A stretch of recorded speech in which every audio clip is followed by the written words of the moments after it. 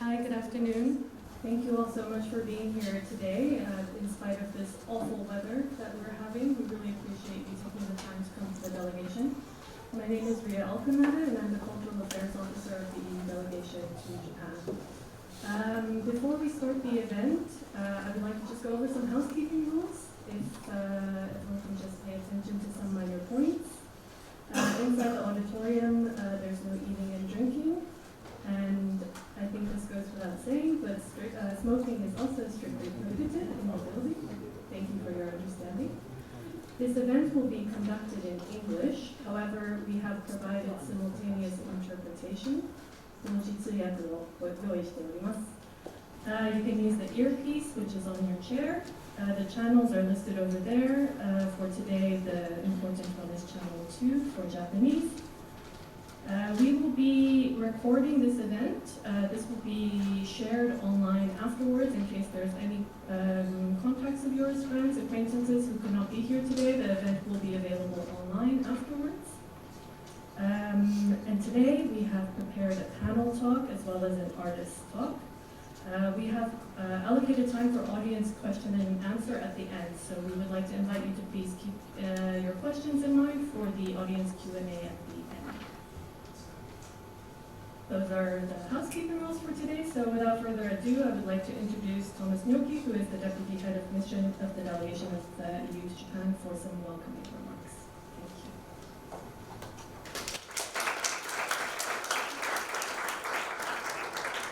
Thank you, Ria. Dear Ambassador, dear friends from Ukraine, it's really a pleasure to welcome you all this evening in Europa House, which is the House of the EU here in Japan. And it's really an honor for me to open this afternoon's event, which is Resilience, Culture in Europe, Ukraine's Future in Dialogue with Japan, which was co-created with our Ukrainian partners, the Ministry of Culture of Ukraine, the Tokarev Foundation, and Spilne Art. And so we're very pleased to have you this evening in Tokyo. I'd like to extend my deepest gratitude to our co-hosts, to our exceptional panelists, and above all to the visionary artist, Alevtina Kakhidze, whose work has brought us here today. Thank you very much. Dear friends, this event marks a significant moment, the Japanese premiere of Coloropera, Alevtina's immersive installation that has already captivated audiences from Milan to Kyiv. We are here today at a moment when the power of culture to heal, to resist, and to reimagine has never been more vital. For nearly 4 years, Ukraine has demonstrated extraordinary resilience in the face of unprovoked aggression. But resilience is not merely endurance, it is creation in the face of destruction. Alevtina's Coloropera, a multimedia exploration of war, memory, and hope, embodies the spirit. It is not just an art installation, it is an exploration of how art and technology can rebuild narratives in times of crises. The panel convened here for you today will delve into this and other questions, examining Ukraine's present as well as European future through the lens of cultural resilience.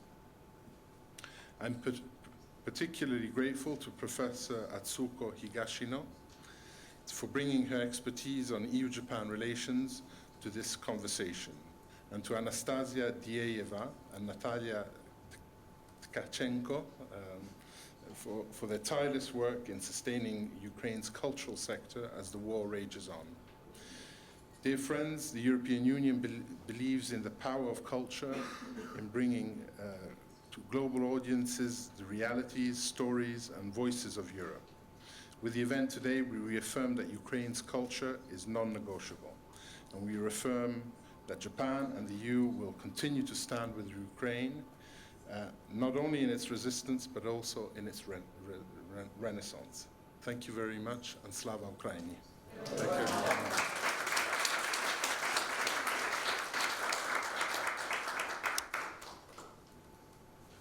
Thank you very much. Before we move on to the panels, I would like to introduce Tatiana Berezhna, who is the Deputy Prime Minister for Humanitarian Policy of Ukraine and the Minister of Culture of Ukraine. She, I understood, was hoping to be here in person. However, we have a video message from her, which we would like to play for you now. Ladies and gentlemen, distinguished guests, dear friends and partners, it's a true honor to address you today in Tokyo, Japan, a place very close to my heart. I am grateful to the delegation of the European Union to Japan for hosting this event and for bringing us together around shared values such as dignity, freedom, and the right of every nation to shape its own future. These values unite Ukraine, the European Union, and Japan. I would also like to sincerely thank Japan for its steady and principled support of Ukraine. We feel this support on every level, and it gives us strength. Ukraine is on its path towards the European Union while strengthening strategic cooperation with Japan. In this journey, culture plays a key role. It helps us to share our truth, preserve our memory, and stay connected with the world. Today, this also has a very concrete dimension. Since the start of the full-scale invasion, more than 1,700 cultural heritage sites and over 2,500 cultural institutions in Ukraine have been damaged or destroyed. And yet, Ukrainian culture continues to live and to speak. Artists create, cultural institutions work. Ukrainian voices reach audiences across the world. This is why international cultural platforms and partnerships like this one matter so much. They create space for Ukraine to be seen and heard through real human stories. After Expo 2025 in Osaka, we saw how deeply Ukrainian stories can resonate here, through emotions and through human connections. Coloropera by Alevtina Kakhidze is presented in Japan for the first time, and it's one of such stories. It is built from the voices of Ukrainians, civilians, military, children, and artists who are living in the times of war. Through sound, color, and light, it creates a shared space where personal stories become collective memory. This is how Ukraine speaks today, through culture that connects us and builds understanding. And I'm personally especially happy that this project is presented in Japan, because this country holds a very special place in my life. My daughter's name is Osaka. She carries the spirit of this country within her, and one day I will bring her here to show her the place that inspired it. Until then, I am with you in every way that matters. Thank you. Glory to Ukraine.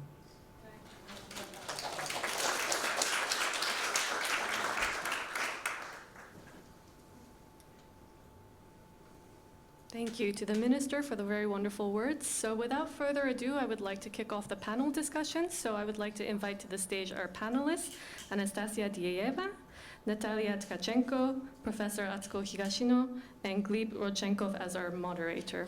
Thank you.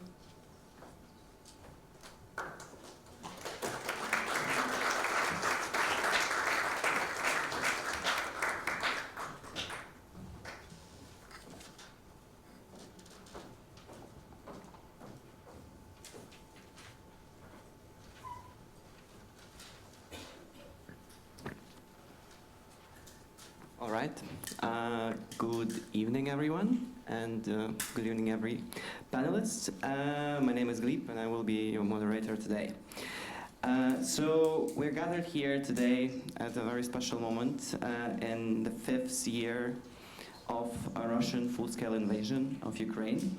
And I wanted to say that culture does not stop during war. If anything, it becomes more urgent, more necessary, and sometimes more honest than any political statement. What we are building in spaces like this one, between Kiev and Tokyo, with Coloropera brought to Japan, between artists and philanthropists and researchers, we're building connections that will matter long after the fighting stops. Today is part of that fabric, and I want to thank you, our panelists, for being here and for choosing to spend your evening with us tonight. So before we go deeper, I wanted to take stock of where we are at the moment. It's April 2026. Ukraine is in its 5th year of full-scale invasion, and the world's attention is neither what it was in 2022 and not what it needs to be actually at the moment. I want to ask each one of you, from your own position where you stand and what you're doing, what is actually happening right now and how Ukraine is seen, supported, and understood. And I would start with Professor Higashino. How does Japan see Ukraine today, and has that perception shifted?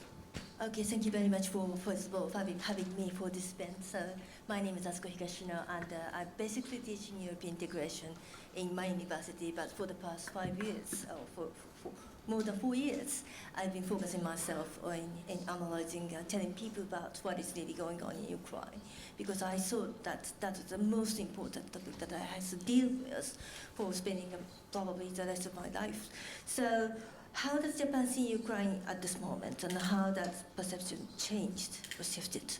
So before 2022 and after 2022, there was a huge change in terms of the Japanese perspective towards Ukraine, because even after 2014, I mean, even after the illegal annexation of Crimea, Japanese people thought that war in Donbass is happening something far away. It has nothing to do with us. We still need Russia, we still need Russian energy, and we still need to get the northern territory back from Russia, etc., etc.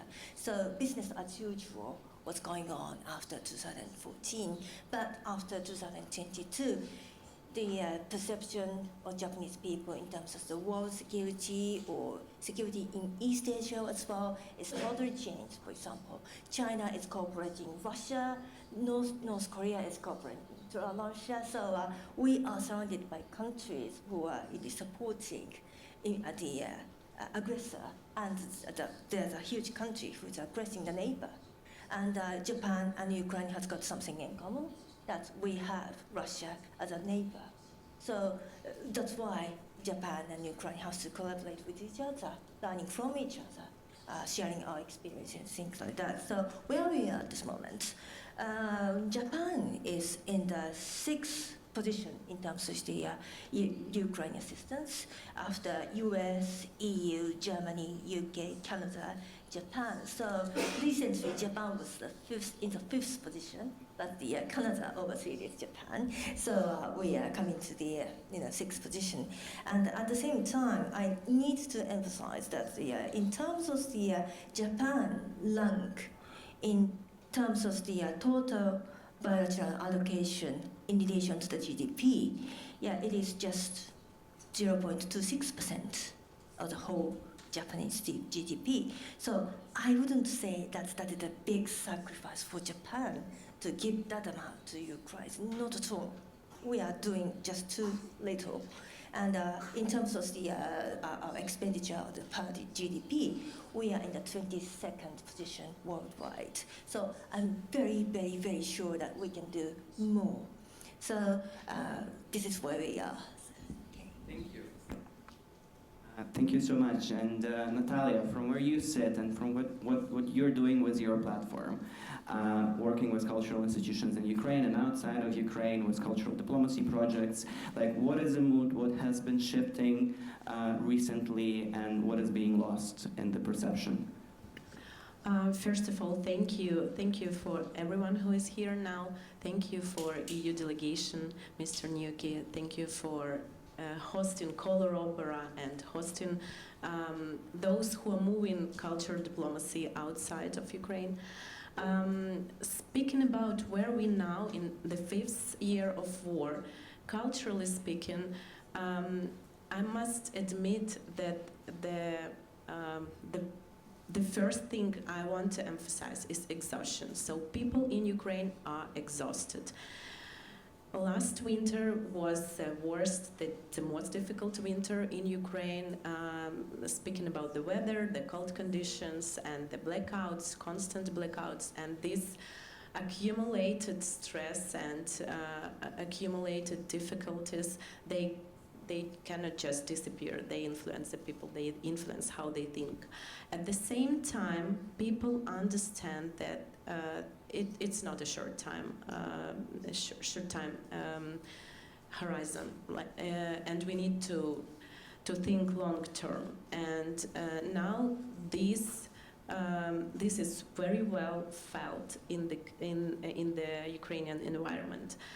From resilience to survive, we shifted our approach to resilience, to rebuild resilience, to build something that is sustainable, that can sustain for a longer period, that is strong. And in this respect, for example, artists who priorly documented the war through their art described what is happening in Ukraine. Now we shifted to building institutions, to building long-term partnerships and connections, and that's why we are here. We came here last year with Anastasia, with Gleb, to start this conversation. Now we are here on this stage, and it's all about this long-term partnership we are trying to build. What is lost? You asked what is lost.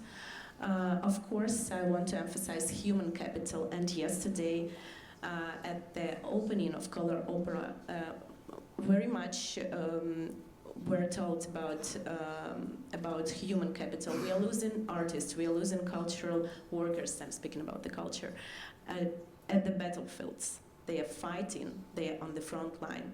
We are losing them. We are losing people who decided to leave Ukraine, and it's like obvious that people are leaving, and year after year it's not obvious if they are coming back to rebuild Ukraine. And that is what we need to do, to make all the conditions in Ukraine for people come back after the war ends. And of course, cultural heritages. Ministry of Culture of Ukraine emphasized it. 1,700 cultural sites were destroyed already by shellings. It's insane, and I want to emphasize this in Japan because we can see how culture is precisely preserved here. Every cultural site, every cultural statement, it's so precisely preserved that you can only imagine how these kind of destructions can be accepted by Japanese people. And we are struggling a lot while using not only physically cultural heritage, but cultural memory which went through the generations. And yeah, this is, I guess, the most losses we have now. Thank you. And Anastasia, it's your turn. What do you think from bringing change and innovation from standpoint of philanthropy and actually having things down on the ground? How does the international picture look like for you, and what do you think has changed? Thank you, Gleb. Thank you, everyone. It's such an honor to be here. And we indeed started this dialogue yet last year on Expo, when we wanted to speak a bit differently. We wanted to start speaking different language. On Expo in Osaka, we presented what we call unbreakable classrooms. We dedicated a very special event about Ukrainian education amidst of the war. And it was not about cryings, it was not about damages, it was not about losses, because it is, but we really wanted to show that amidst of these cracks in concrete, flowers are growing. And this is how we really want to talk to the world. Speaking about your question, attention is always finite, especially when we have so many crises and so many conflicts, unfortunately, arising in the world. It shifts it from news cycle, from media cycle to cycle. And I think that we really need to revise how we approach this type of conversation about resiliency and this type of conversation about building partnerships.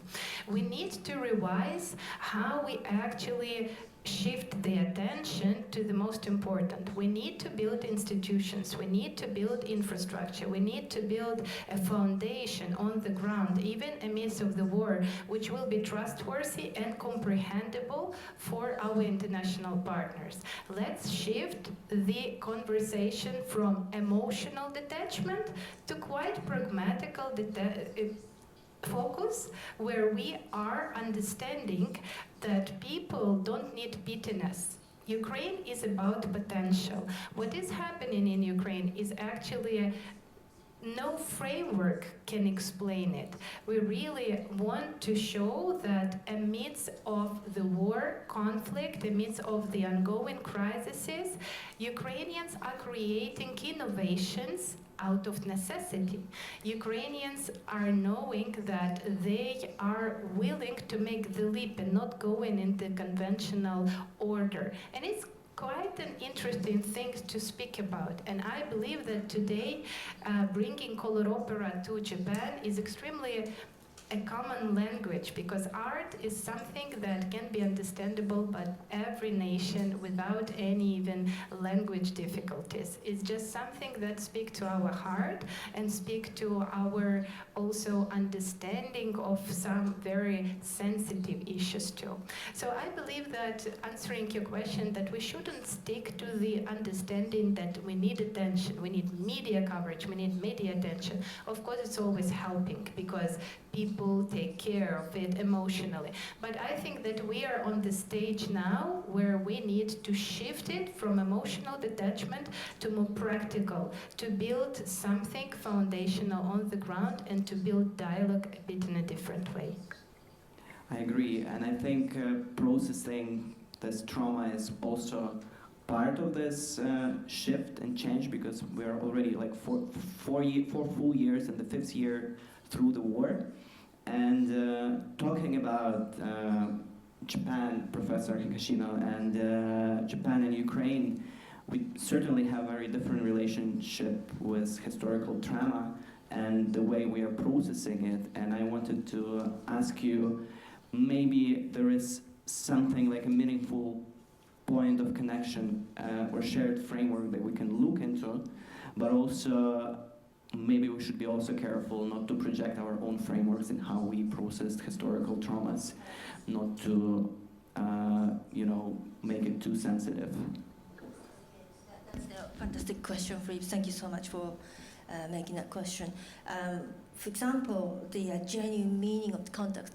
For example, Natalia touched upon the issue of resilience, and that's the really important keyword for Japanese society as well at this moment, because we learned the real meaning and the practice of the resilience from Ukraine.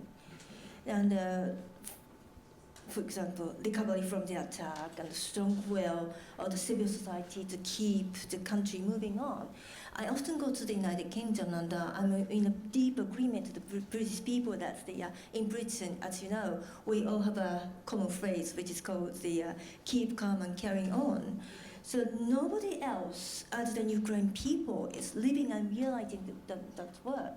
So not only to Japan, but also to the European nations, the European people, Ukraine is a source of inspiration in order to realize and make into the practice of the concept of resilience. It was vague, probably, before the start of the full-scale aggression, but now we are learning the reality of resilience.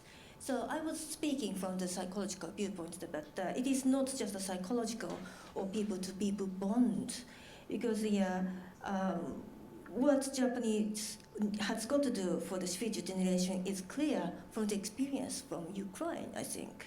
So, and what is really inspiring at this moment is that Ukraine has now become a security contributor rather than security consumer.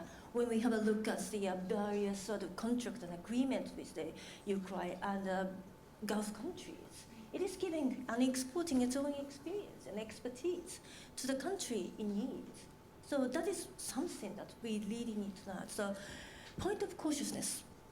I cannot really think about anything, honestly. Some people say that Ukraine could have built stronger difference, but when we have a look at the current Japanese sort of security discussion, I don't really think that we are ready for any sort of contingency before it happens.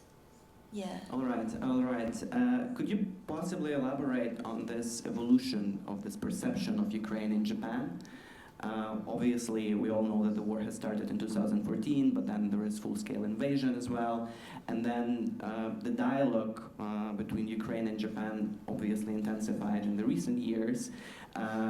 Could you maybe outline those like three key elements of this evolution in a way? Yes, in Japan, very few people consider that Russia is actually really conducting this sort of a city aggression. So many people are still believed in the goodwill of Russia. So it's really changed the Japanese belief to the point that Russia is negotiable. Russia is a kind of a potential negotiator partner, but that sort of perception really collapsed immediately after the outbreak of the full-scale invasion. So that was the first point. And secondly, I think Hiroshima summit, or the Japanese taking presidency of the G7, was another sort of a stage that Japan started to change its perception, because out of necessity, Japan needs to have a initiative in terms of the G7, and they chose Hiroshima in order to promote Japanese position at the G7 presidency, and they invited Zelensky in order to promote what Japan is thinking about, what Japan considered as ideal. So together with Ukraine, Japan made its diplomacy so creative. So that sort of development really happened. So it maybe it came with a chance, it maybe came with a coincidence, but still, so gradually this sort of event helps Japan to formulate itself in order to adapt the reality in more security. Yeah, thank you. And now probably moving to Natalia. From your point of view, obviously from the artistic expression point of view as well. Right now in Ukraine, it's almost impossible to divide the artistic expression itself from testimony, from talking about war and documenting war. It's almost impossible. Every artist has to talk about war in a way. And what do you think about this, and what does it mean to bring that kind of works here to the audiences that haven't lived through war experiences? Mm-hmm. Thank you for this question. I would partly disagree with Anastasia, meaning that emotion is important and action comes after emotion. That's why we both are here on the stage. First, we create emotion that can attach Japanese people to what they see and what they know about Ukraine and war in Ukraine. And then you react and act and create this partnership. I would say so. And that is what we did yesterday. That is what we are continuing doing now. Coloropera is something that was created through 60 interviews of Ukrainians who suffered the war.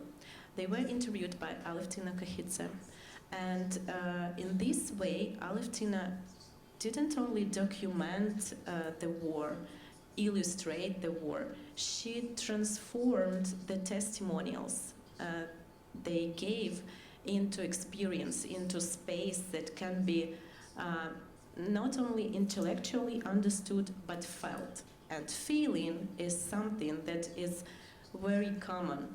So if Japanese people, they didn't go through the war and they cannot attach themselves what is going on there, it's so far away. At the same time, they can feel the music, the light, the colors.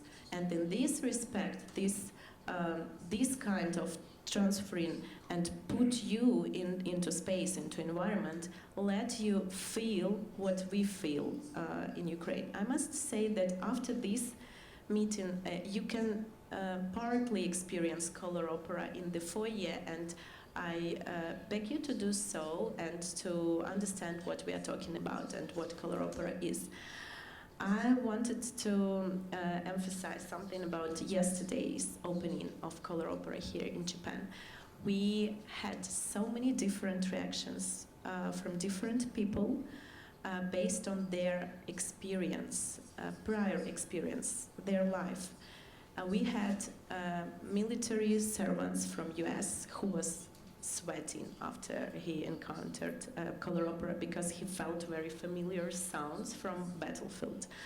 We had Japanese people who mainly were grieving when they experienced Coloropera, and they wanted to hug all of our team because they understood how difficult to go through the war and to encounter with sounds of war. Some people were smiling because they told us it's beautiful, because it's not only about the sounds of war. Coloropera is something not only like documentation of sounds, but real music, very beautiful music is written by musician Pavlo Litovkin, who is now here. And the art piece itself is very beautiful. So it's not only about suffering, it's about beauty. And Alevtina was trying to transform these testimonials of war into something beautiful that can be heard and understood, not understood, felt by the broader audience. There was one guy, I'm sorry for talking so much, but it's like experience of Coloropera. There was one guy who didn't read libretto to Coloropera. There was a libretto. Ambassador, you experienced Coloropera as well, and you had this libretto, so you can follow which sound means what, like shelling, some anthem of Ukraine, or drones flying, or sirens, which says that there is danger, battlefields. And he didn't want to follow these sounds because he didn't want to understand mentally Coloropera. He wanted to feel it, and that is what Alevtina tried to do, to make her audience to feel Coloropera, to put people into this environment. So emotions are important. That may be traumatic, of course. It may be traumatic aesthetic. But I believe that responsibility is shared by artist and by visitor who has intention to understand the art piece. And the problem arises when suffering can be something that is targeted. Like, I know that I enter Coloropera because it's immersive experience, you can go inside. I know that it's something about war, so probably it's something about suffering, but it's not like that if you don't follow it mentally, follow it emotionally. Yeah, and I think the beauty of the piece itself is that it's defined by the visitors itself. So everyone has his or her own perception of the piece, but nevertheless they do get the impression of what is actually happening in Ukraine. And coming back to what is actually happening in Ukraine, Anastasia, Tokarev Foundation is working on one of the most significant issues in Ukraine right now, human capital, because obviously a lot of people have left Ukraine, refugees, and the education cycles are disrupted. And I know that the foundation is doing something completely differently, and you are treating it as an opportunity to rebuild the processes completely. And what does that work look like in practice, and what you're learning from Ukraine's potential that is not actually seen to the world, please? Thank you so much. I would start that definitely from this beginning of the work of foundation, which is Tokarev Foundation. We are a tech philanthropy. We created the theory of change around how we can make an attempt to overcome the human capital crisis in Ukraine. Because the most important asset, I don't like the word, but terminology is there, is our people. And we actually need to apply a new design thinking to how to overcome and to come to the point where we can actually rebuild. Conventional logic of reconstruction is first, you build infrastructure, you build bridges, you build roads, you build buildings, then you care about people. First, you need the, I would say, the forms, and then you fill it. We reverse this paradigm, we reverse this approach. First, people. Because when we do provide the necessary education, support, and a cutting-edge skill set for those women in remote area which are very close to frontline, and we teach them how to become a health tech entrepreneur, how to become edutech teachers, they will provide the access for a larger communities, even without schools, even without hospitals, with telemedicine, with the accessibility to new mathematics, to learn how to actually engage those youth and children who are still there. We have so many communities where kids never been to school. First it was COVID, now it's war, and the whole generation who didn't have this experience of interaction with each other, socialization with the teachers. The only thing they saw is a screen, a Zoom screen, Microsoft, or whatever school's using. We are trying to change it. We do believe that first we invest in people. I will give you an example how we approach it. There is a nice it was a very nice village, a community which is called Tsarachanka. It's in the Dnipro region. Dnipro region is a big agriculture region of Ukraine, and Tsarachanka is only 40 kilometers from the front line. Around 9 communities around Tsarachanka doesn't have any schools left. Everything was bombed and destroyed by Russia attacks, because we can state now that Russia targets civilian infrastructure almost every day. And unfortunately, I myself also experience it when I'm back home. And I want to say that we provided a very deep analysis. What kind of workforce is needed there? What kind of engineers are needed in agro companies, agro factories? What kind of teachers or medical workers we need? And based on that research, we developed what we call DIY laboratory, do-it-yourself laboratory.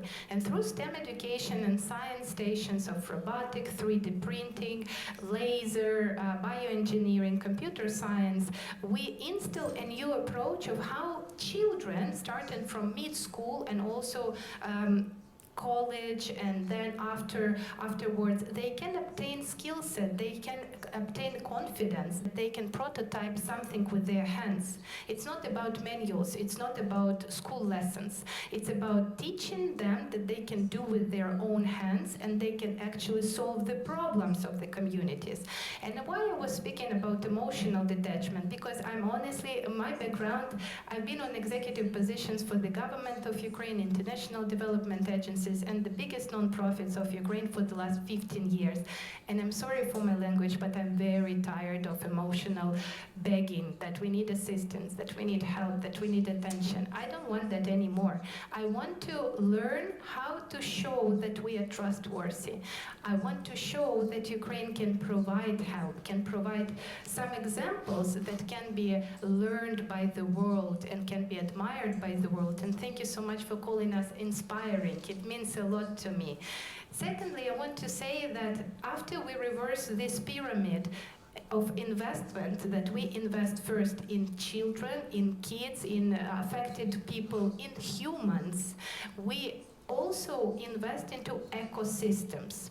We changed the approach. We now support ecosystems, not projects, because projects always have start date and end date. It always have KPIs.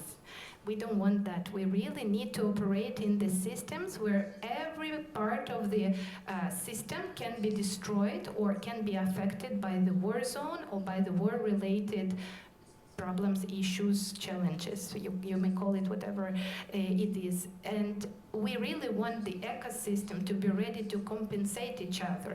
If the school is destroyed or university destroyed, we have the softwares, we have those mentors, we have those supervisors who will continue education, who will continue the preparation of the solutions, and vice versa.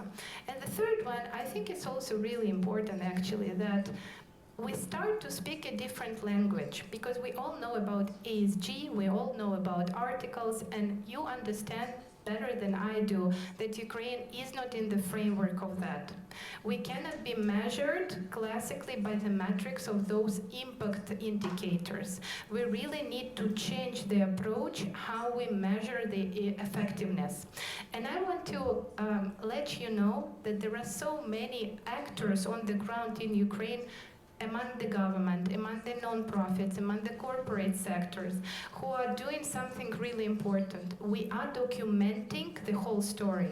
We are documenting what is working, what is not working, and we want to be honest how the situation really looks like, what is risky, what is not risky, what should be multiplied.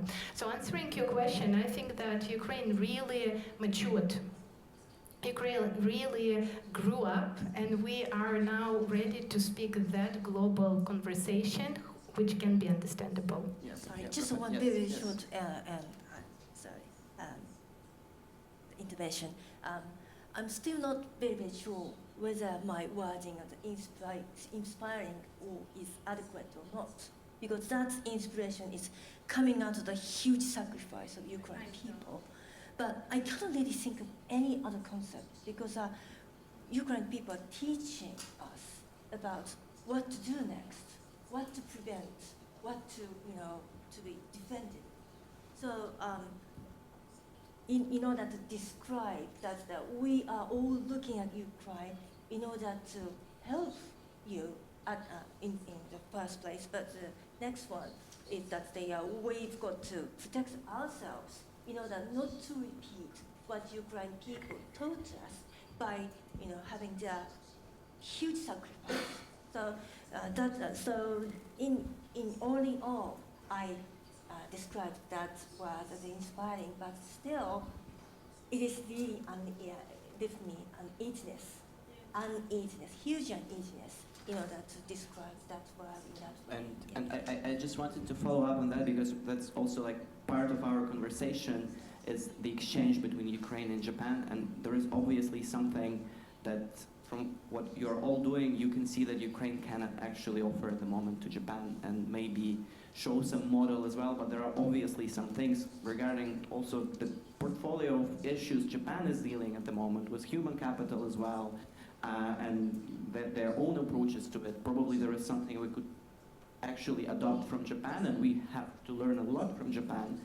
And maybe I wanted to circulate a question to all three of you is actually the framework that we brought this event to, about resilience and the whole definition of resilience, and whether it just became a brand from which we are perceived from outside without really, being involved into what is happening in Ukraine, or actually living through wartime experiences, whether it's an acceptable framework in a way, or whether we should think about something else, and from being just resilient become a model for something.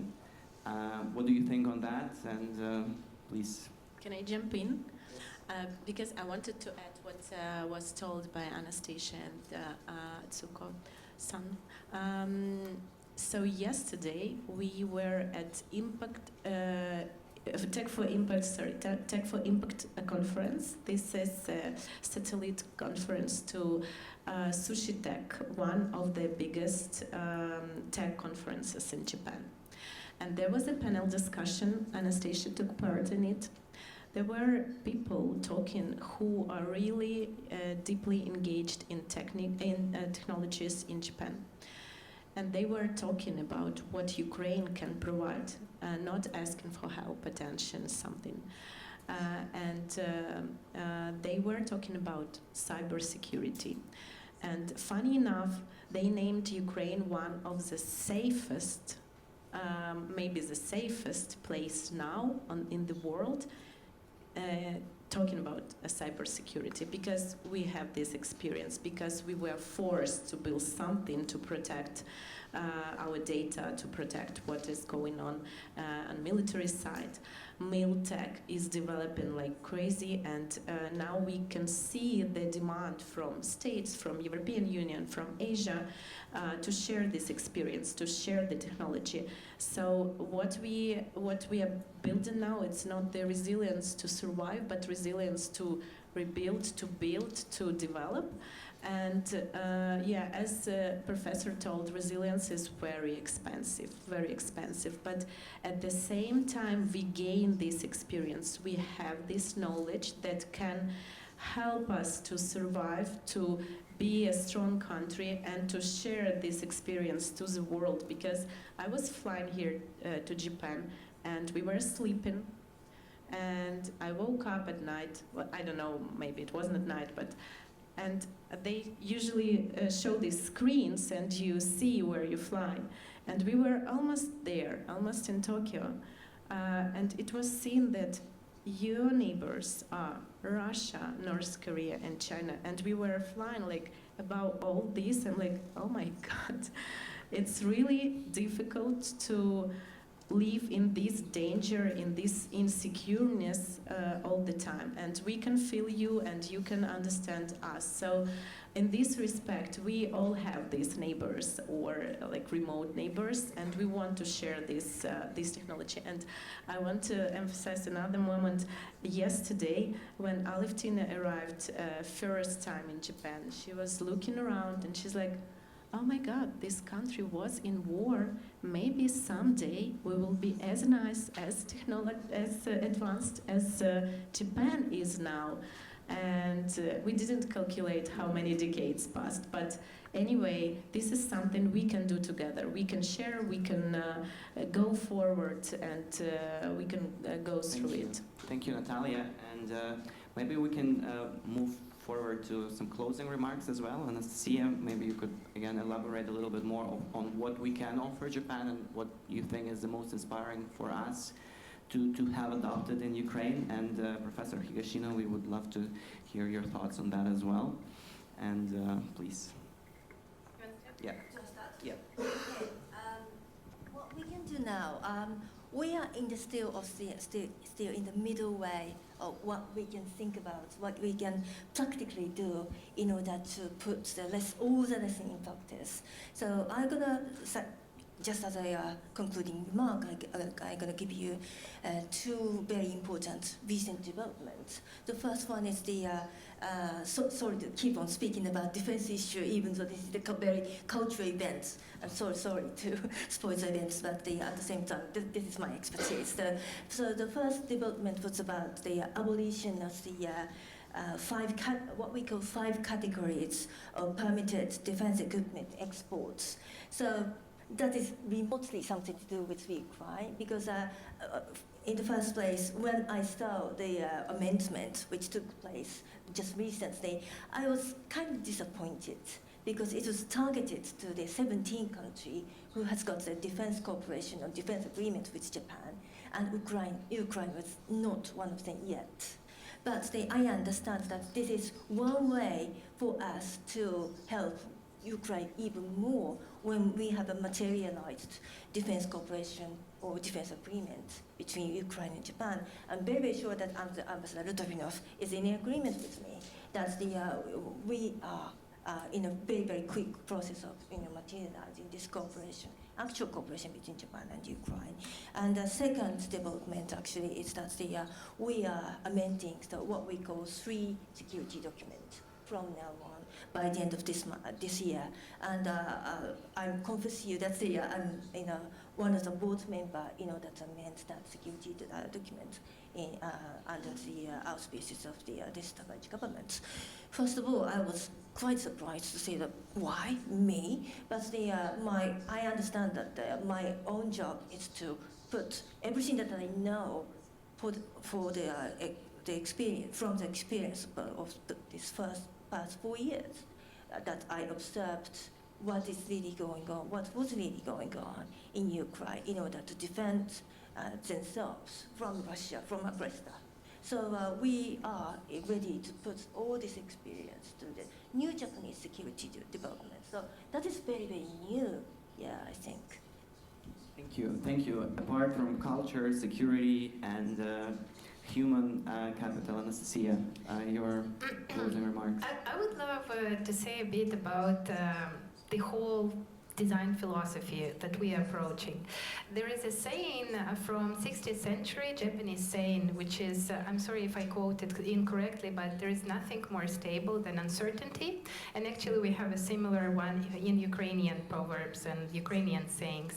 And it's very common for us because we understand as Japanese people too that building and rebuilding is a very similar disciplines, and we always need to live in this paradigm that it's not settled. Like we're not even in a position to say that this is how we need to build it. This is how we need to build it. We are now in this global transactional, I would say, or transition, and we need to change a little bit at approach, and first of all to become more comprehensible, I would say, to such an amazing supporting nations as Japanese nation. And I'm so thankful and grateful for all of you today too, because I've been working with Japanese agencies and governments since 2017, and it's really, I feel that we are in heart of each other.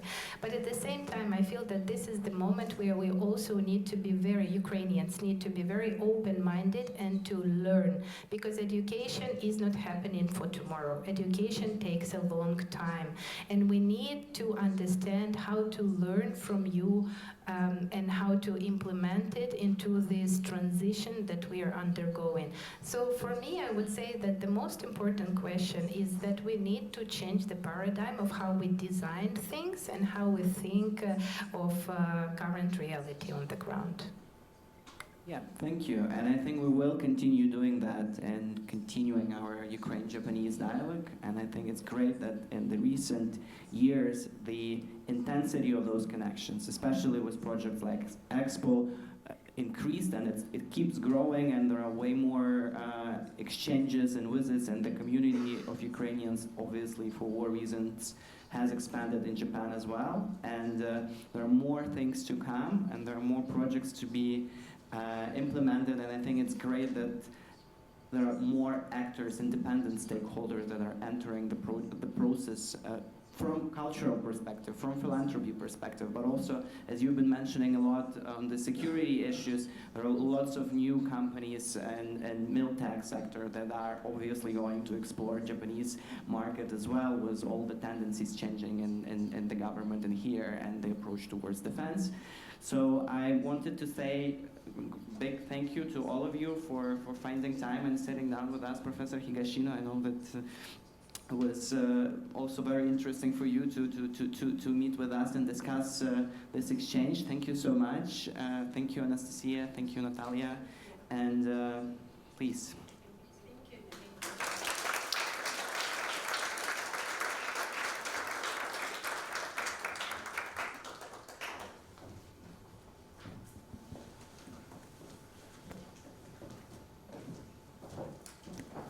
Thank you to our panelists for bringing such a diverse set of experiences and thoughts on this topic.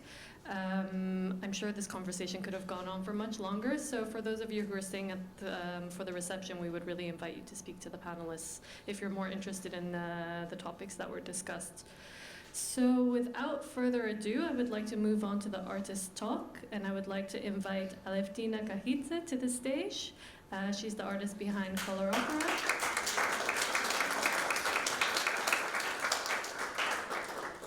And we will have Gleb once again moderating the artist talk. Thank you.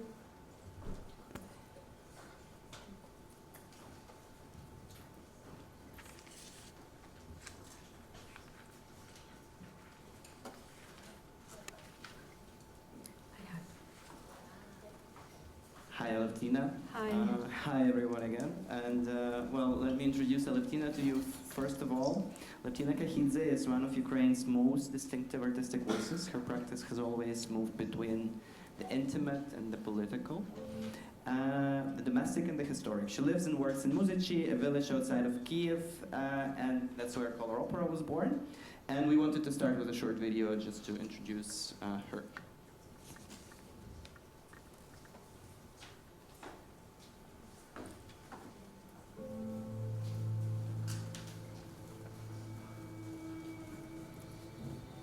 Coloropera – це аудіовізуальний твір, який я вирішила зробити під час війни з людьми, які мають досвід війни або поїхали через війну. Це про зв'язок між звуками війни і кольором. Я вирішила опитати 60 українців про те, як вони внутрішньо відчувають звуки війни через колір. Це про те, як сприймають цю війну. Цивільні – це одна частина, військові – це друга частина, як ми всі українці уявляємо перемогу і яким може бути наше майбутнє.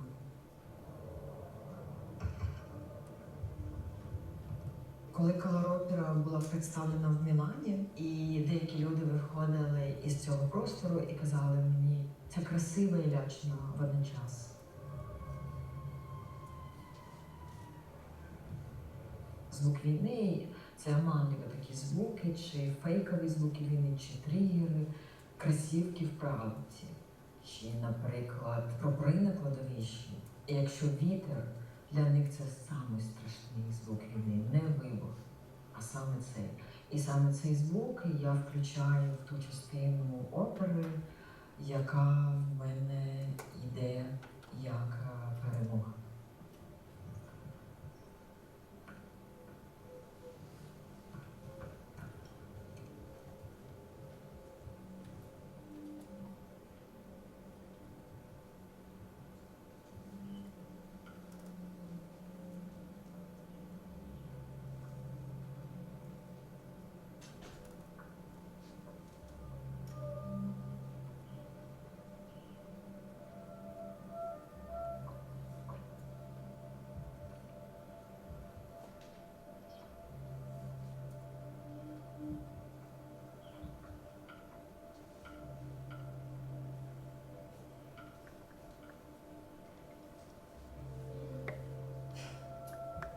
Alevtina, please come closer.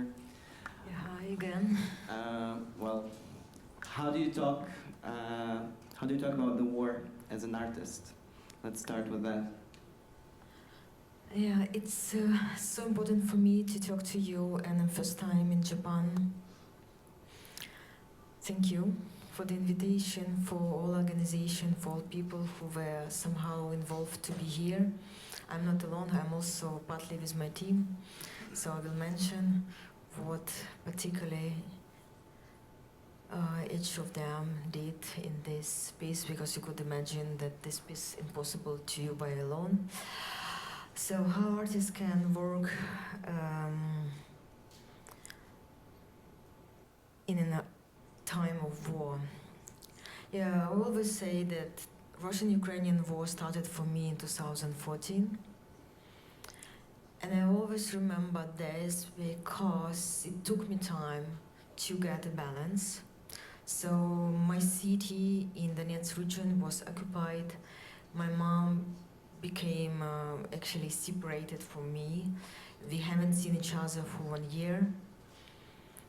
And I remember in this year, particularly when the war started, when Crimea was already occupied and in Donbass was not clear what is happening, the whole world didn't understand what is this. I asked myself each 20 minutes, am I happy? I was not happy. And I started to produce a piece about my mom. So I started to draw and produce text, everything she told me, and I draw everything I could imagine. So of course I couldn't see her, but everything I produced, it was like a reproduction story. And it's interesting that sometimes I produce story about little place in the Donetsk region, Zdanivka, quicker than journalist could explain. I remember in some time all the text and images I posted on Facebook covered 20,000 people, and some people put my text, which were in the time in Russian, put in Google Translator to understand what it was about. So from 2014, when I actually went through this, let's say, death situation, when I was paralyzed for some time, I never ever questioned myself, should I work as an artist being in a war? So since 2026, we already have almost more than 12 years, so I'm an artist which now can't imagine myself in another reality. And then I discovered that if to look on the situation on the planet, we have more than 20 cases as armed conflicts on our planet. And the whole idea that the peace exists only in Europe or in Japan or in the US, this is actually not the truer world. The world is unstable, the world is full of armed conflict, and we as humans unfortunately still do play in wars. What did change in your practice was the beginning of the war in 2014, and how did it evolve even further in 2022 with the Russian full-scale invasion? Be very honest to demonstrate what I know about war, to document what I see about war, and also dream that one day the war is ended. So two processes together, being very honest that what war is, and being very optimistic that one day we will live without war. And even I can't say this world peace, because for Ukrainians it's very complicated, but in English, okay, I can say peace. What is the peace? What is stable peace? Better to say stable peace.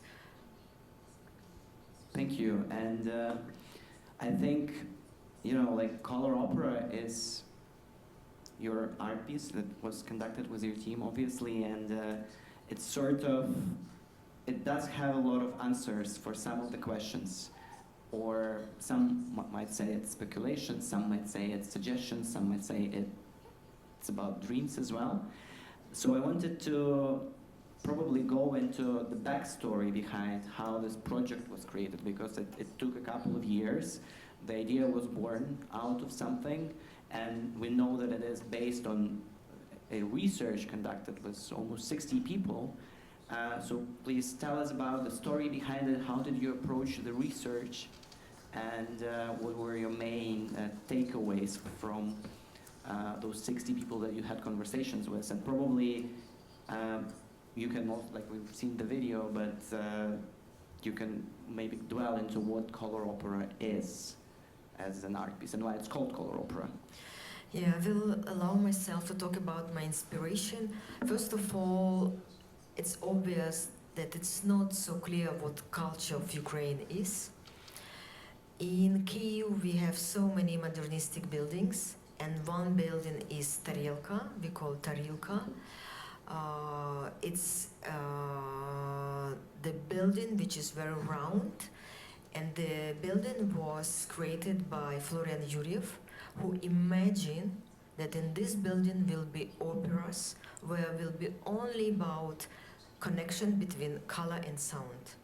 And he built this in the 60s. Then in 70s it was done, and he never ever could realize his idea. The technology was not there. When Ukraine became independent, we had chaotic story with developers. At the moment, the building is not open for anyone to enter, but in the VR you can see this building, and then you can also be inside of the building, but digitally, not in reality, because it's still, as I said, it's not possible to enter there. So Florian Yuriev imagined that has to be works or has to be operas or any concerts where the color and music have to work together. And I had this idea, but Florian Uram, he was modernist. He always think about himself. And if to talk about postmodernistic time or meta-modernistic time, you never can work alone.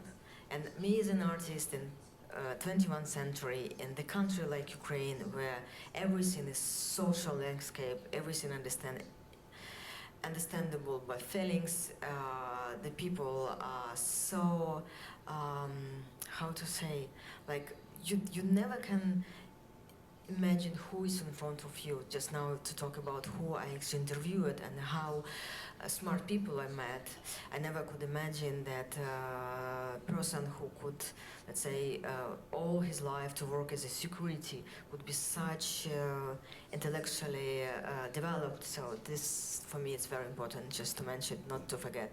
So I started to think if, for instance, I start to talk to people, Natalia already mentioned this category, people of military, civilians, artists, and kids who left Ukraine because the war, to talk what is their perception of sound is changed. Everyone answered yes. The perception of sound is changed. Then I started to talk how, what is the difference.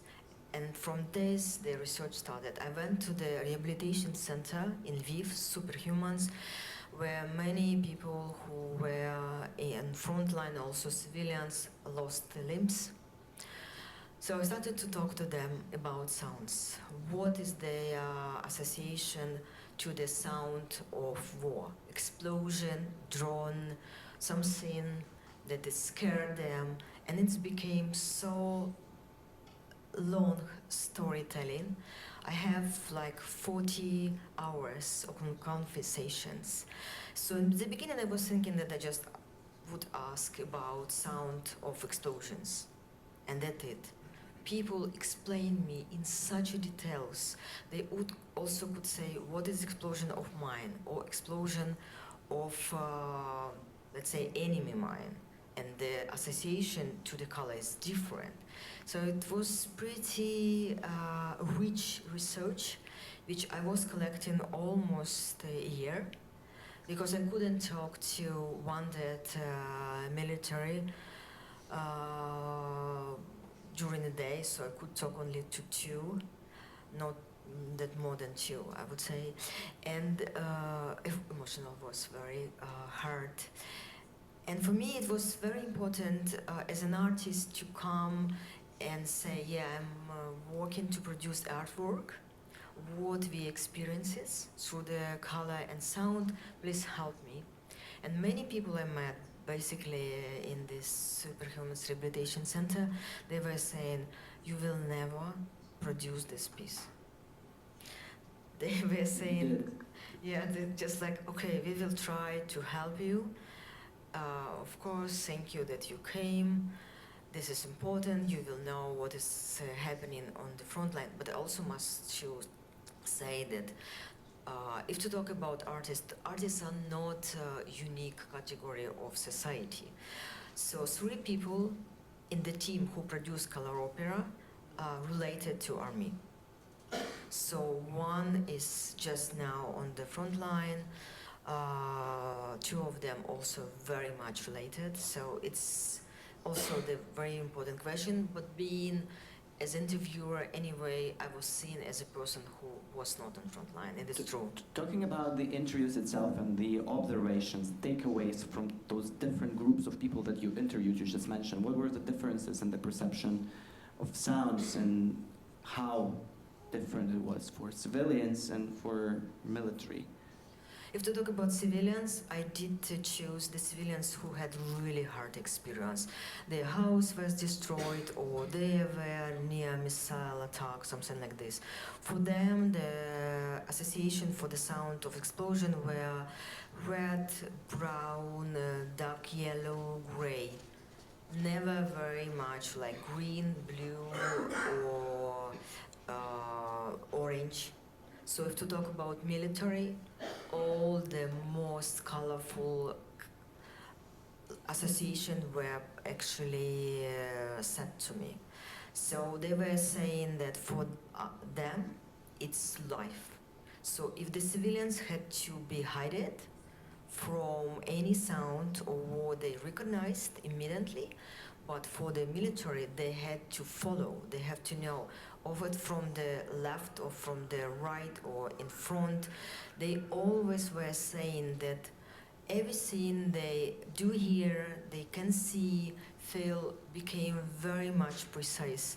They never were almost look like animals. So for them, all the emotions they explain about what they did feel was very bright Very and colorful. colorful. Because being on the front line, obviously, your life is at risk way more than for civilians. And as I understand correctly, like they do see everything way more colorful, and that's why the palette of colors was completely different. But you've been mentioning quite a few times that there were some colors that never popped up. What were the colors? Attention, it's light blue and pink. Okay, okay. Coloropera consists of 4 different acts. Could you guide us through those 4 acts and how you build them? Like why you start from this particular categories, please? If just to remind you what opera is, it was born, if I'm not wrong, in Greece. So that basically it's music related to story. So I have decided to write a story, and the story is that whole Ukraine, it's about what we do experience now, but I put it in the past.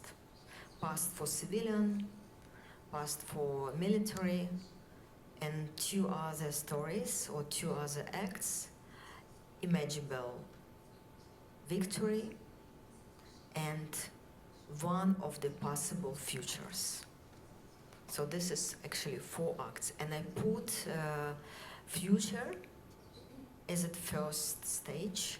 After I put past for civilian, for military, and the last final act is actually victory. And if we talk about victory, the most rich stories I gathered from the kids in Netherlands and Belgium. I really wanted to talk just to these kids.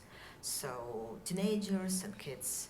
So I talked to them how they imagine victory of Ukraine. And they were very precise. They were saying that it will be that we are coming from the darkness to the light, and then it will be a lot of sounds of peaceful cities. They were talking about Ukrainian trams. They were absolutely sure that they are very different from Belgium and Dutch trams. They also talked about subway. They do miss sound of subway.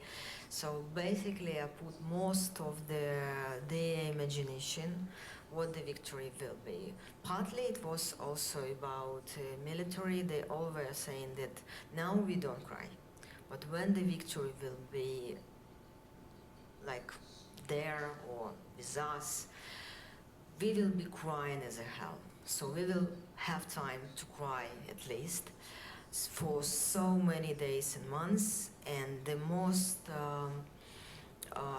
common and the sound which will be always with us for future, the sound of Ukrainian cemeteries, which is full of flags of fallen soldiers, warriors, and this sound we have in this act, which is the sound association is very complicated color of red and brown, which is so Pavlo will help me with this color. What is this? The color for the flags. No. This is the, so it's, I really have forgotten the color of, Yeah, exactly. Thank you. Yeah, it's very much brown. This is the color of beret for American Army. So, yeah, that's the color. And so, yeah, this the association of one of the, by the way, artists, Bogdan Bunchak, he was saying that for him this sound of the flags which are on the cemetery, winning on the yeah, I just became very emotional talking about this. So I noticed that many Ukrainians who already experienced Coloropera have the tears, particularly during this sound. Not when they do hear sound of explosions or sound of drones or sound of air alert. And obviously for, like for Ukrainians and for international audiences, well, of course Ukrainians are part of international audiences as well, but it's a completely different experience, and they go through, like international audiences and Ukrainians, they go through Coloropera differently and they learn different things, and we've seen it with audiences yesterday, with Japanese audiences, was also there were a couple of Ukrainians who have seen it for the first time, and Coloropera was presented in Milan, it was presented in Kiev as an installation, as an immersive experience, but also it exists in VR, which by the way you will have a chance to experience as well during our reception. But how do you see this difference between how audiences react? Like, what does it give them? And for people who are not aware of the war, well, there are some people, but let's say they're not very in details aware of the war in Ukraine, or they don't know that much about Ukraine. What should they feel when they enter Coloropera and experience it? Having the experience already, I think people do feel or they're scared, or they can be angry, which I really appreciate so much, and they feel beauty of the work because it's very abstract. It's just sound and colorful light, and it's nothing else there. And you who are experience sound through the headphones or in VR, it also could be just sound. So it's like you experience media basically, but through this media you somehow can be connected to the experiences by 60 Ukrainians who already explain me their own emotions and feelings, which is pretty different. Emotions we can measure by different devices, but we can't measure feelings. Artists do work mainly with this. So just on set, it's also related what experience you have when you experience the work. As I already mentioned, that our world is full of armed conflict. So there are some people who already experience armed situation, or for instance they had experience of being not far from the shots. So we have still remember that the world is not safe as we would like to imagine this world being saved. Thank you, and we're probably going to open the floor to some questions in case there are some questions. I just wanted to say that, again, Coloropera is presented in Japan for the first time. It's coming on a small tour. We started yesterday in Tokyo, and then we're going to Osaka, and we'll have an event in Kobe as well. And I think our main goal was with this tour organized by Spilne Art and supported by Tokarev Foundation is to create this connection with Japanese audiences and to bridge our two societies and tell actually what this experience of war is in this very universal form, which is completely different from what we are used to, with pictures, photography, visual components, because everyone is obviously, it's blurred for everyone. You see the same images of destruction, and this is something that actually affects your feelings. So in case there are some questions, we would be glad to have them, but it's also possible to experience the work in VR outside.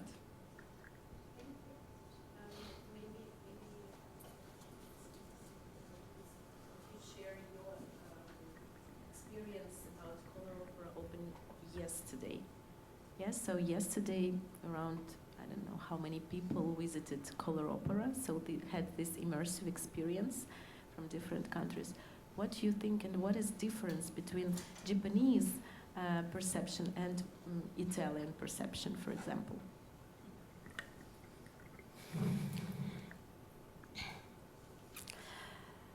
Yesterday I noticed that Japanese visitors, they were very much precisely to share their experiences after the Coloropera. Italians were not so much like this, but also maybe not really relevant to compare, because in Milan it was festival of experimental music. Yesterday it was the conference. I would say that what I appreciate so much, and I really so much please an artist, that in Italy and here in Tokyo, some people visited opera twice, or I even noticed a person who did it 3 times, which is very important for me. It lasts to 15 minutes. But also maybe if we just like to say that in Coloropera there are real sound of war. So Pavlo Litovkin, who is there, we together gathered the collection of the sounds. This is very important for you to know this in order to experience. Secondly, there are Ukrainian, it's recitative and also poem, and there is moment when there is praying in Ukrainian and in Crimean Tatar languages. This is also very much important. We didn't subtitle this. For us, it's a question that you will enjoy how the sound is. What else I like to say? And about praying. Maybe you will be surprised that in this Coloropera will be, as I just mentioned, sound of war, sound of Ukrainian imaginable sound of victory, of future, and also prayer. All the military were saying to me that the sound of prayer is a sound of war. They were absolutely sure that everyone does this when you're in the situation of danger, when the missile attack is happening, you're on the battlefield. So I haven't talked to so many, I just talked to 17. So they all said that I have to include this episode in the story, and I did. And as a conclusion, I just say this is very realistic piece, very realistic, because everything is there. I just took from the people who told me their own stories. I would maybe happy to invent something or imagine for being maybe more, I don't know how to say, more truly, but no, I just really did everything as I received from the other people. It's like from, I don't know, just for me it was really very much important. I really worried to be very precise with the messages I received from the 60 people I talked to. Only one disclaimer, there was one person who was from Poland. I also met him in this rehabilitation center, so he decided to be on the side of Ukraine to fight. Thank you, Alevtina. Thank you for your work, for coming with us to Japan, for creating Coloropera and for your inspiring journey with it. Thank you so much.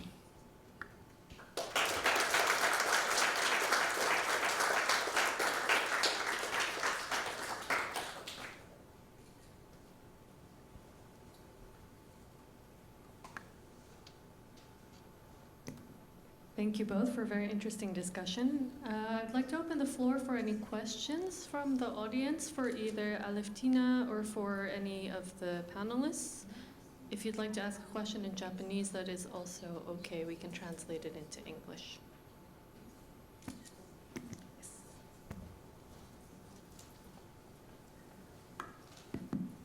Well, thank you. And my name is Gilles Plug. I'm a member of the European Diplomatic Corps here.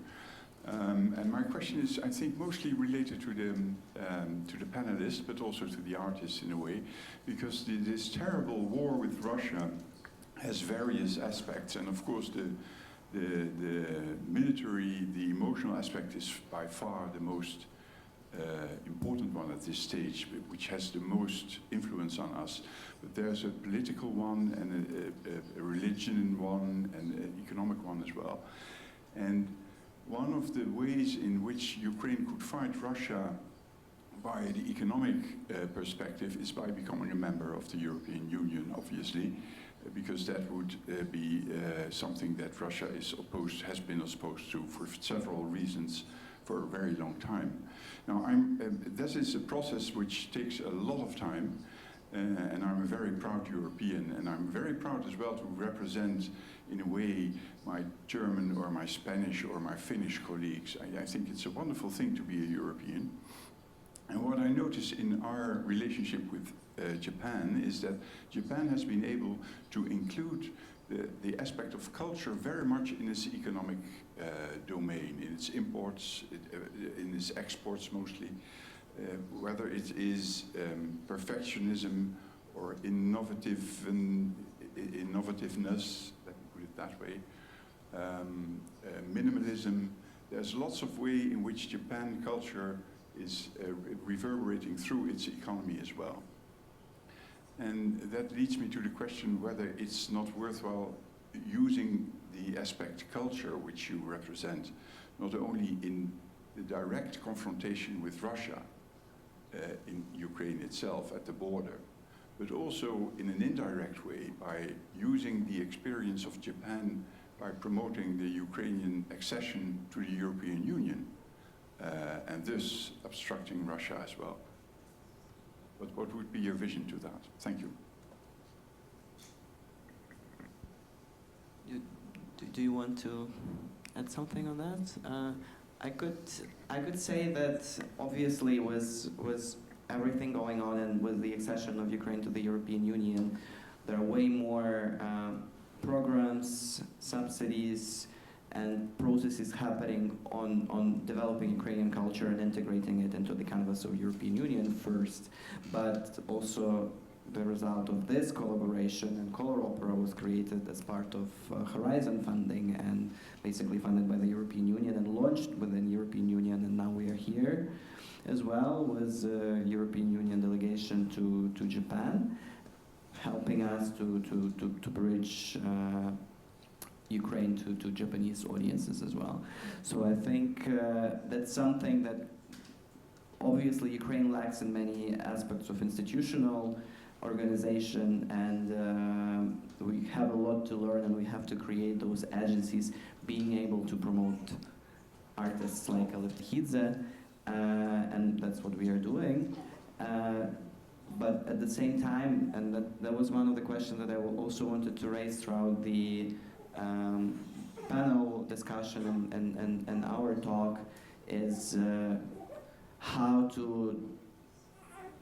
draw this line, how to separate the art from trauma aesthetics, and the fact that, like, realistically everything is about war. Like, if you take cinema from Ukraine, it's all about war, and it's going to be like this for the next 10, 15 years. So maybe, Alevtina, you want to add on this, how to from where we started, how to be an artist at war.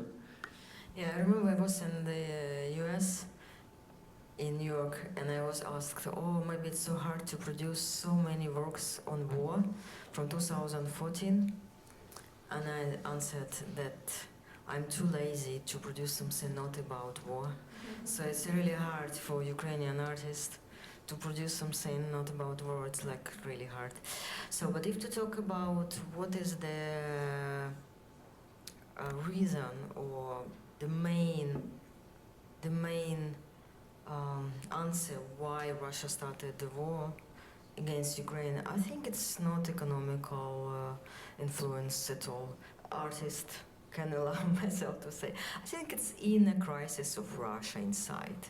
This is why they started the war against Ukraine. So they just can't imagine to exist without divorce. So this is my subjective idea, and the second explanation why culture is very rich, like Natalia, Anastasia try to describe that there was very hard winter, blackouts for almost 4 days. We haven't had electricity in my village at all. So why no one asked Alevtina how you produce VRPs during this 4 years when the blackouts are so often in Ukraine? This is also a question, really hard, yes. And if you wanted to... After you, just so if you... And the thing is, yes, and during the blackouts, the theater were full. No one even asked tickets, because if all the tickets sold out, why you have to check the tickets if everyone has its own seats? So the culture is so growing and it's so needed, and it's so important for everyone who remain to be in Ukraine.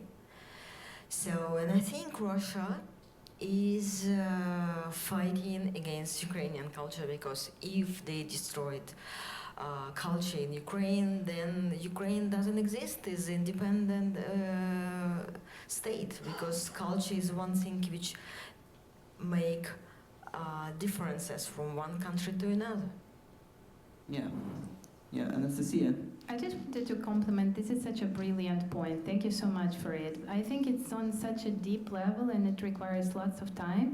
I'm a huge Japanese fan, and one of my favorite researchers and scientists was Donald Keene, who actually in '88, after the Hoku earthquake, decided to stay in Japan and to become the first citizen, American citizen who became Japanese citizen. And it was so counterintuitive to anyone. I mean, investor-wise, no one will ever identify how could you do this, especially like at the time like this. But he decided to stay with the people in who overcome disaster and to explain it to the world.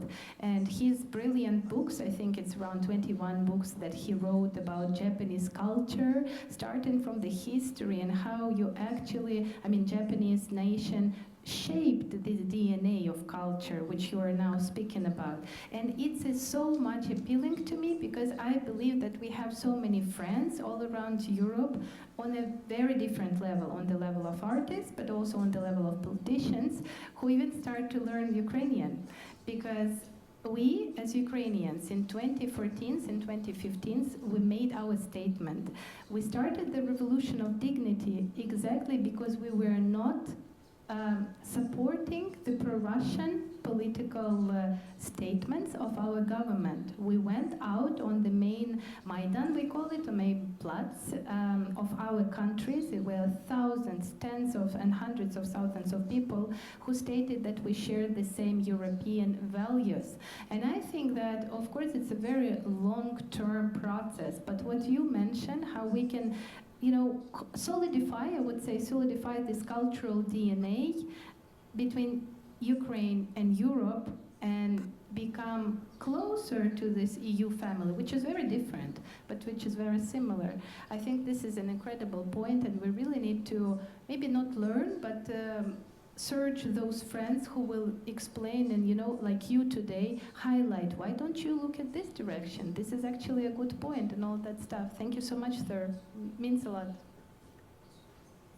Thank you, Anastasia. And Indeed, there are so many things could be done in the cultural paradigm of Ukrainian diplomacy, and we are doing this. And thank you again, everyone, for the support, for being with us, for the EU delegation, for hosting us, for the Ministry of Culture of Ukraine and Tokar Foundation and Spilne Art for bringing us all here. And I hope we have a lovely evening and continue with the reception. And I invite you to have your own perception of Coloropera and contribute to its journey in Japan with the VR headsets that we have prepared for you and with our team who would accommodate this request. Thank you so much, and thank you, Alevtina.